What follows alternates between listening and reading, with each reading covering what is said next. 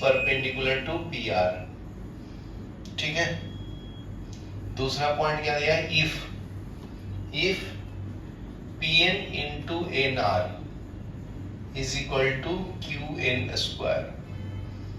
ठीक है, ये भी दिया है, P N into N R is equal to Q N square.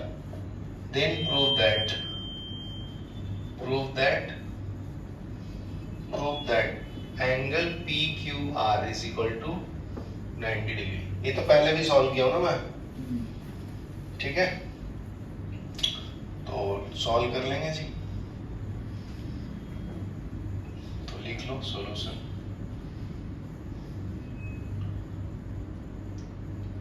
ठीक है, सॉल्यूशन में देखो तो गिवन है आपका, गिवन क्या था आपका, triangle P Q R in which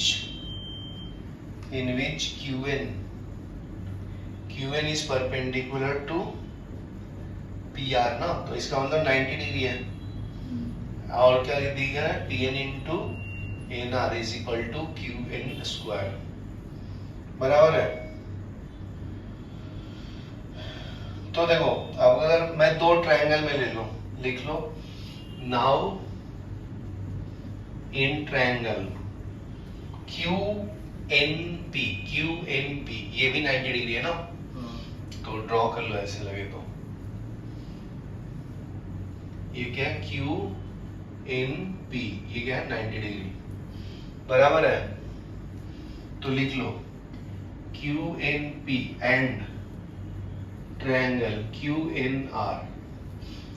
N R draw कर लो ऐसा। ये है क्यू एन आर। ठीक है,